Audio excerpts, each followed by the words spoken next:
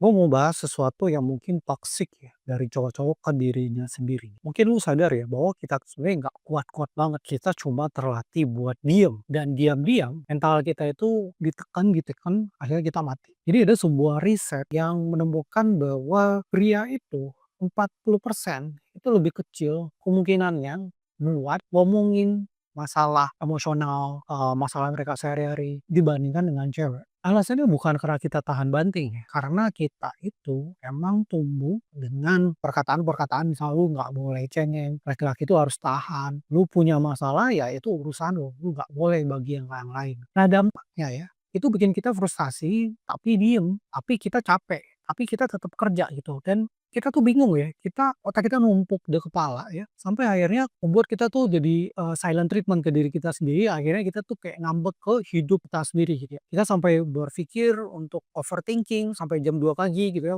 marah ke hal-hal random yang sebenarnya tuh nggak ada hubungannya dengan kita, tapi kita cuma cari pelampiasannya aja. Nah ini sebenarnya itu disebut sebagai silent internalization loop. Ketika lu nggak bisa ngeluarin masalah dan dia terus muter di kepala lu ya, dan terus muter di kepala lu dan tiap kali dia muter, dia itu makin bias ya, dia itu makin berat, lu jadi makin salah dan akhirnya lu makin depresi. Dan buat yang mikir ya, ya mungkin gue emang nggak suka cerita ke orang Bro gitu. Pengen juga gue harus share gitu, kan gue cowok. Nah gini Bro, ini balik lagi ke toxic relationship dengan diri sendiri. Ketika lu tahu lu mentally lu lagi nggak baik-baik aja, lagi sakit ya. Yang lu lakukan adalah lu harusnya istirahat atau lu cari penyembuhnya ya. Kayak misalnya fisik lu sakit, ya lu akan cari penyembuhnya dengan apa? Dengan minum obat, ke dokter gitu. Nah, mentally pun ya, itu juga harus lu rawat, harus juga lu sembuhin. Karena nggak ada bedanya nih. Karena satu-satunya ya, yang bisa mempengaruhi produktivitas lu sendiri, itu enggak mental lu,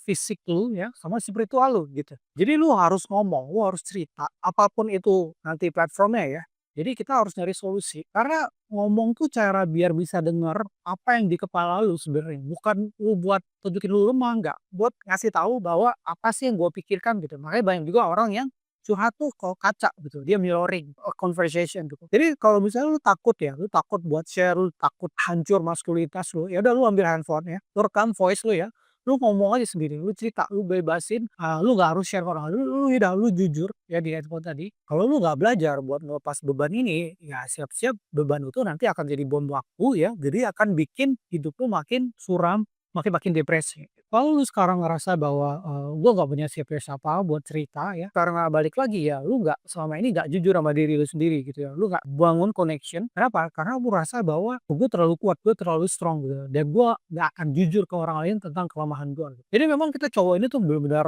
sangat-sangat bias ya. Kita di satu sisi kita pengen kelembutan, tapi kita nggak mau nunjukin bahwa kita butuh itu gitu. Padahal ya, kita tuh dibangun dengan berbagai paradoks-paradoks yang masuk ke otak kita dan otomatis kita itu bukan robot ya, kita itu bukan Superman. Artinya ada momen-momen di mana kita sedang down, ada momen-momen kita sedang up gitu. Ketika kita sedang down ya, apa yang harus kita lakukan adalah untuk mengeluarkannya saja. Ya kita nggak butuh solusi dari orang ya, kita nggak butuh A, B, C, D, F, G, planning-planning yang benar-benar ribet, enggak.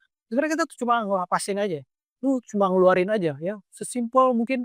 Makanya orang pernah ngelihat ya, lu ada orang di pinggir jurang gitu ya, dia teriak sekencang-kencangnya, apa? Karena sebenarnya itu buat ngeluarin ya, hormon-hormon kortisol ya, hormon-hormon stres gitu ya kan. Dengan adanya lega ya, dengan ada momen-momen seperti itu ngasih hormon-hormon yang bikin lu jadi santai lagi, kayak hormon oksitosin atau dopamin gitu. Jadi sesimpel itu aja, lu nggak harus yang kayak, gue kayak banci nih, kayak gue harus, curhat, enggak. Lu nggak harus cari psikolog, lu nggak harus share story apa-apa, nggak harus ya.